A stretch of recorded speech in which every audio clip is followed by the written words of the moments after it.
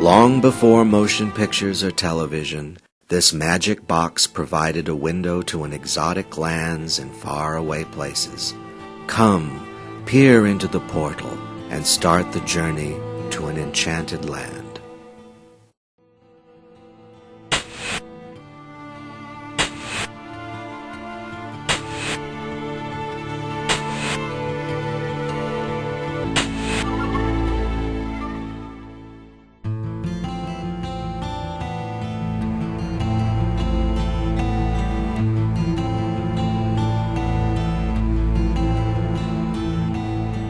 4,000 years ago, a tribe of Aryans left the steppes of southern Russia and settled on the northern slopes of Alborz Mountain and the coastal plains below.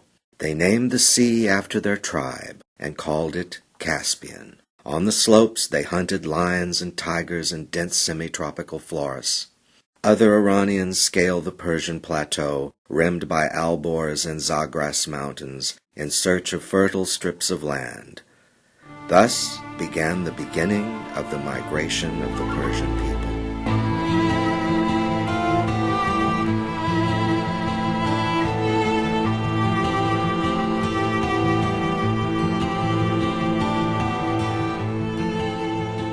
The quaint village of Abyaneh is an example of what life was like on the Persian plateau. Some of the structures, among them a Zoroastrian fire temple, date back over 3,000 years. The mud bricks used in their construction harden as they're exposed to the rain. The natives speak a language spoken by Parthians who inhabited the Caspian Sea region. Abyaneh, which means willow grove in the local dialect, highlights a vital factor in migration and settlement of the Aryans on the Persian plateau. Vast deserts surrounded by barren mountains and constant search for water. But water was a rare commodity. If the mountains shut out the enemies, they also shut off the rains. The main source of water was only melting snow and mountain streams.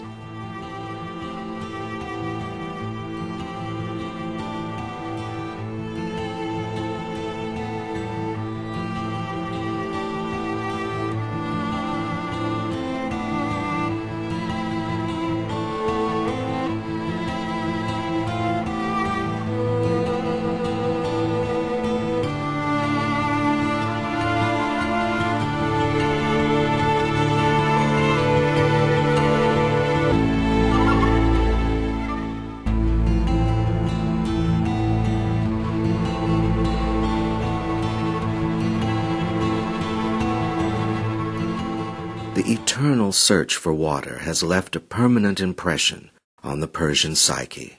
From the earliest Zoroastrian hymns to hundreds of latter-day poets, they all celebrate the joy of flowing streams and green gardens.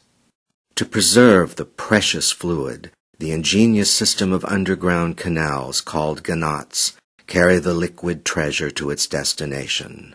Bagafin, or Garden of Fin, with its flowing streams, typifies the Persian thirst for water. The garden, built by the Safavid dynasty near Kashan, is on the edge of a great desert of Kavir.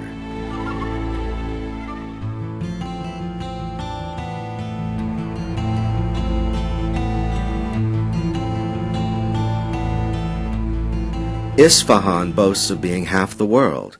What's the other half? Doesn't matter. The fertile lands surrounding the Zayandarud River have been inhabited for thousands of years. However, after the 10th century, Isfahan became an important Islamic city, some referring to it as the star of the Islamic world.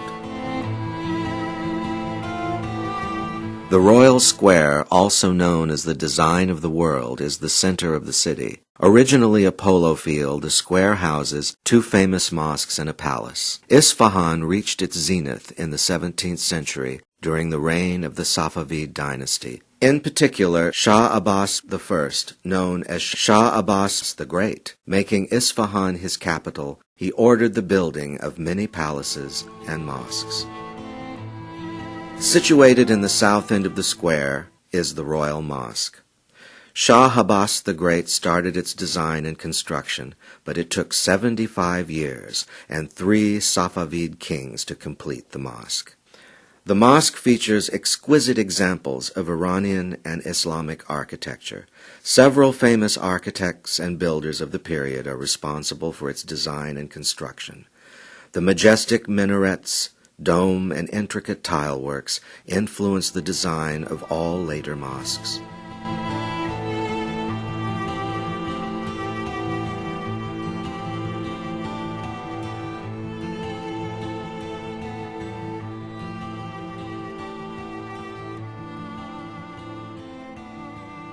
The 5-story building at the west end of the square is the Royal Palace of Ali Kapu. Its name means the High Gate. Here the king entertained his guests. It was not used as a residence. The lower floors were quarters for guards. The narrow, steep stairways provided security for the upper floors.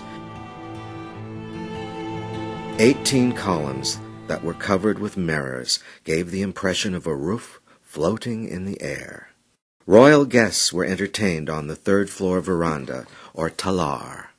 Seated around the marble and copper pond, guests viewed the square below through open balconies. Much of the mirror and tile works adorning the walls had been stolen or obliterated, but in its day it was the grandest house in Isfahan.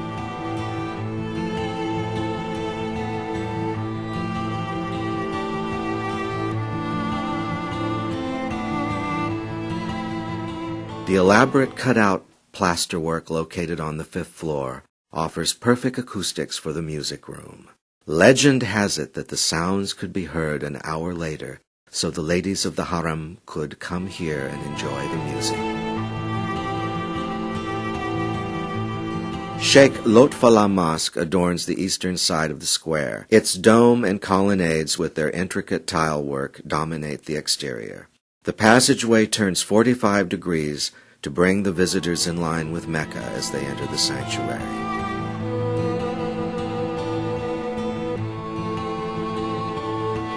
Shah Abbas built it in 1602 for use by the royal family.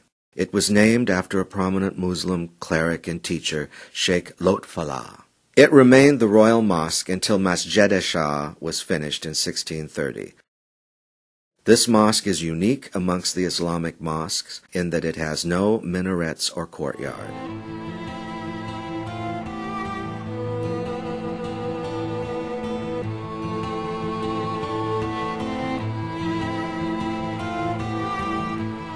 At the northern end of the square is the entrance to the Great Bazaar of Isfahan. Since its construction in 1602, the bazaar is one of the largest in Iran. It has been an important center of commerce. Full of shoppers and merchants, the bazaar offers a vast array of merchandise.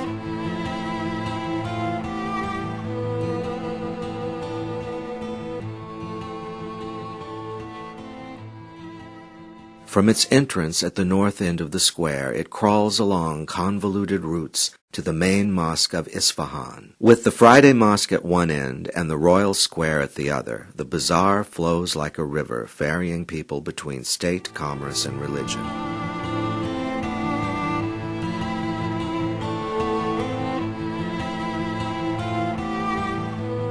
A grand example of Islamic architecture, the Friday Mosque has religious importance equivalent to that of a Christian cathedral. 4 porticos called avans face a courtyard that measures 65 by 53 meters. The east and the west avans, almost identical, date back to the 17th century. The northern avon dates back to the 1500s, with additional work done during the 18th and 19th centuries. The South Avon's 2 minarets indicate the direction of prayer. It is the first mosque to have minarets in Iran.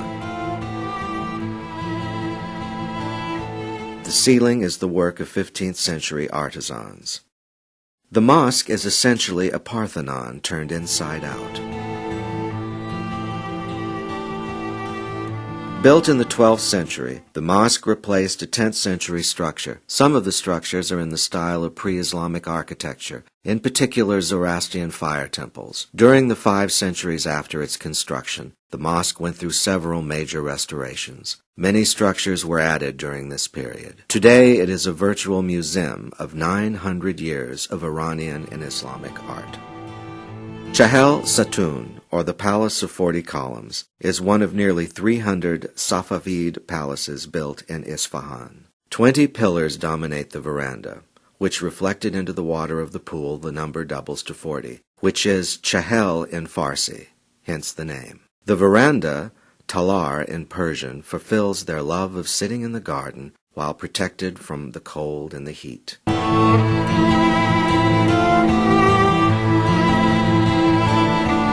The Persians love poetry, and the poems they love the most are by two poets from Shiraz.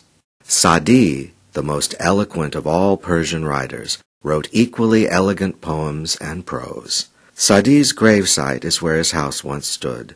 In 1717, a mausoleum was erected in this place. The present structure was built in 1948. Sheikh Sa'di was born between 1209 and 1213 A.D. in Shiraz. He traveled extensively throughout the world, finally settling in Shiraz. Here he wrote his great books. His two masterpieces, Golistan, the Flower Garden, and Bustan, the Orchard, deal in prose and poetry with his experiences and travels. A couplet on the mausoleum entrance reads, "Though 1,000 years should pass since Sa'di's demise, there still would arise from his dust a fragrant breeze."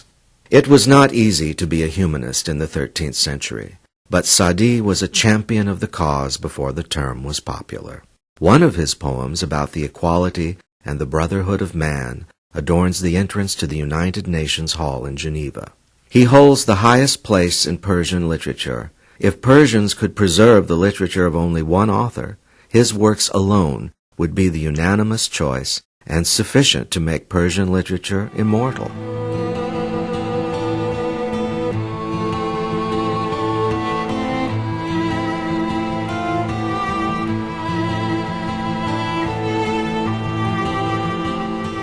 If Sa'di was the well-traveled king of Persian writers and poets, Hafiz, by contrast, was its reclusive prince. Born some 120 years after Sa'di, he spent his entire life in Shiraz, declining the invitations of kings and rulers to visit other provinces and countries. He studied Persian and Arabic and committed the entire Quran to memory, thus his pen name, Hafiz the Memorizer. He wrote over 6,000 ghazals or lyrics. The marble slab gravestone, the walls and facades of the colonnade are engraved with Hafiz poems, poems so loved that people use them to read their fortunes.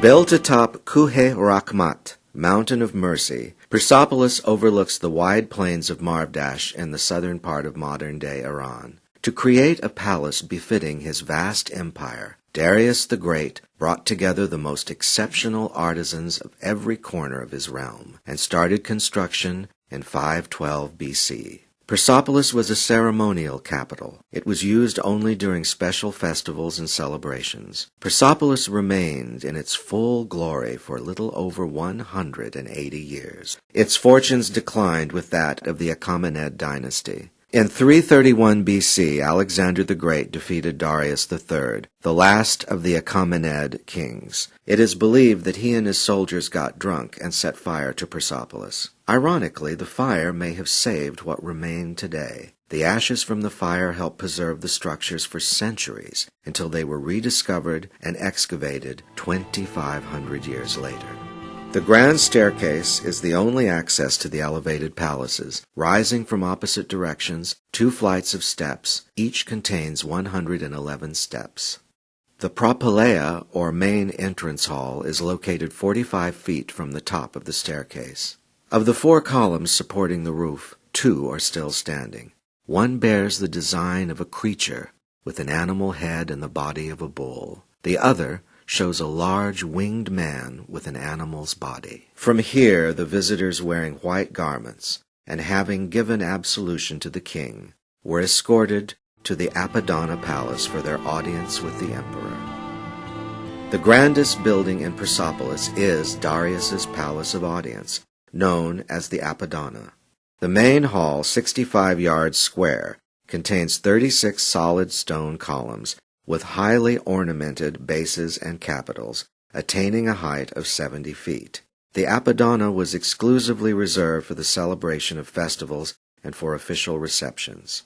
The facades of Apadana's 2 flights of stairs depict carvings of representatives from the empire, bearing gifts to the emperor, or show Median and Persian officers in official uniforms.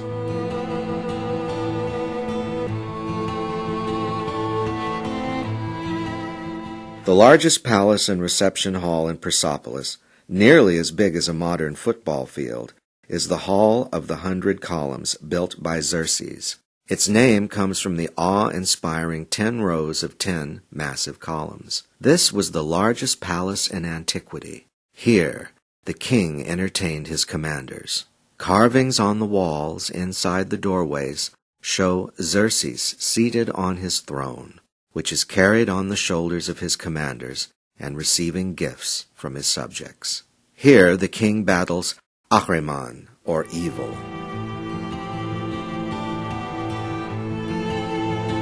Situated in the center of the platform, with 3 doorways known as the Tripylon, is the central palace. The smallest of the palaces, here the king met privately with the other heads of state. This carving shows the king and the crown prince. The other doorways depict him entering the palace.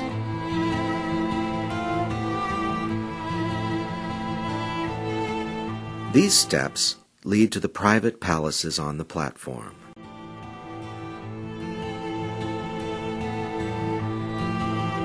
The private palace of Xerxes is called the Hadish, a dwelling place. Unfortunately, the Persepolis fire did its greatest damage here. Most of the designs have been obliterated. Those that survived are badly defaced.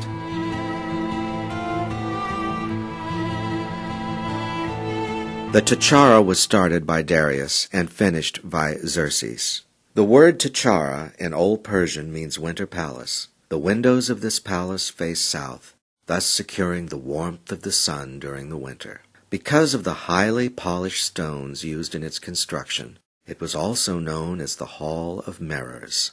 5 Achaemenid kings are buried in and around Persepolis. Artaxerxes II is buried in Persepolis. Darius the Great, Xerxes, Darius II, and Artaxerxes are buried in Nakhshe-Rastam, 2 miles to the north. Their tombs are carved into the face of the mountain. All 5 tombs have similar construction and have the same carvings, the king on the throne facing a religious symbol.